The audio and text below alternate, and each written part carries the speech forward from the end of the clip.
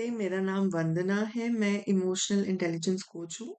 आज मैं बात करूँगी कि एआई इमोशनल इंटेलिजेंस कैसे आपको मनी और हेल्थ में हेल्प करता है। क्या होता है, पहले मैं हेल्थ की बात करती हूँ। क्या होता है कि हमारी बॉडी में जब भी कोई डिसीज स्टार्ट होती है, जब भी कोई इंटरनली अटैक होता है, तो हमारा इम्यून सिस्टम हमें सेव करने की कोशिश करता है।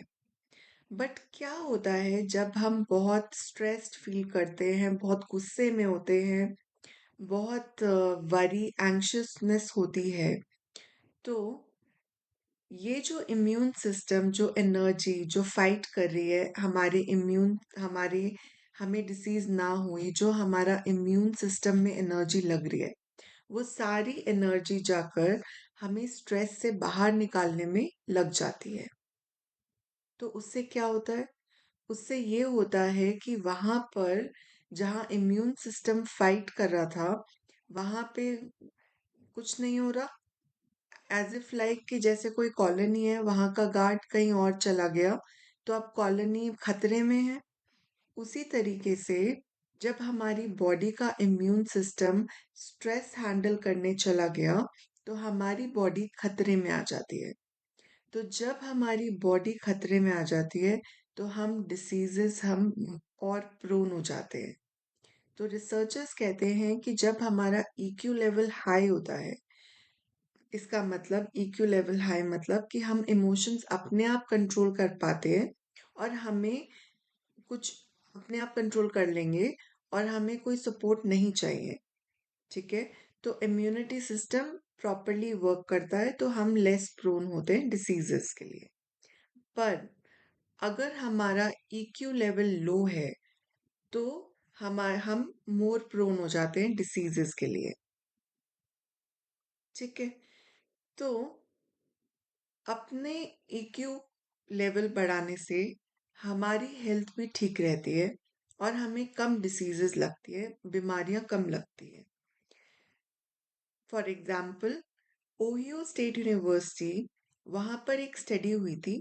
वहां पे 227 वुमेन्स को ब्रेस्ट कैंसर डायग्नोस हुआ था। तो वो जो सारी जो वुमेन थी, वो उनका इलाज चल रहा था, मेडिसिन, डाइट, एटसेट्रा।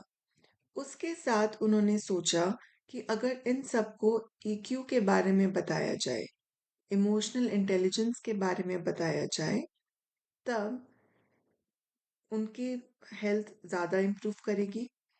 तो उसके बाद उन्होंने पाया कि सभी वुमेन की जो मूड है, वो काफ़ी बेटर है, अपलिफ्टेड है, वो डिसीज से बाहर आ चुके हैं, और वो खाना भी प्रॉपर डाइट फॉलो कर पा रहे हैं। तो जब आपका इमोशनल इंटेलिजेंस बेटर होता है, तो आप लेस प्रोन टू डिसीजेस होते हैं।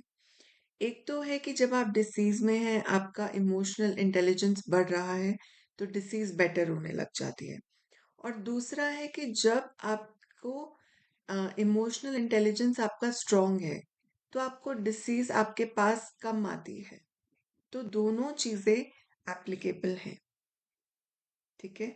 ऐसी एक और स्टडी हुई थी जहां पर मेन एंड वुमेन को हार्ट अटैक डायग्नोस्ड हुए थे, और ये अमेरिकन एसोसिएशन में हुआ था, और वहां पर भी इमोशनल इंटेलिजेंस के बारे में पढ़ाया गया था, और उनकी भी हेल्थ काफी इम्प्रूव हुई थी। अब मैं आती हूँ मनी में।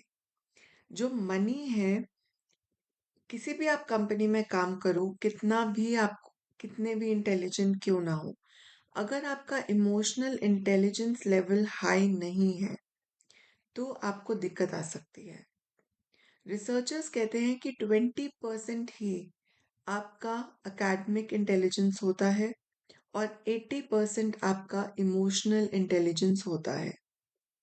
जो लोग नेचुरली इमोशनल इंटेलिजेंट अच्छा लेकर बॉर्न हुए होते हैं, वो बहुत हाई लेवल पे लीडर्स होते हैं।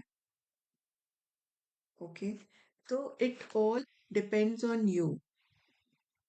अगर आप अपना ईक्यू लेवल हाई करोगे, तो आप भी लैडर ऑफ सक्सेस पा सकते हो कंपनी में। एज पर डॉक्टर ट्रेविस, वो ये कहते हैं डॉक्टर ट्रेविस दैट अगर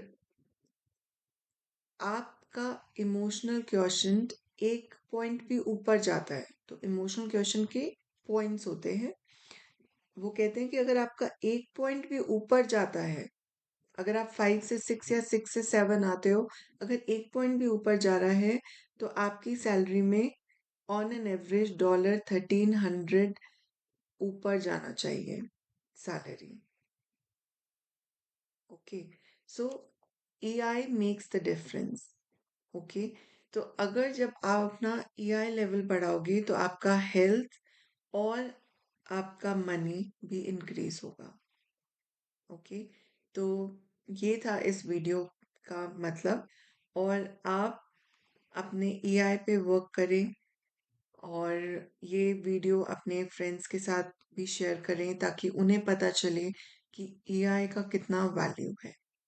तब तक के लिए थैंक यू।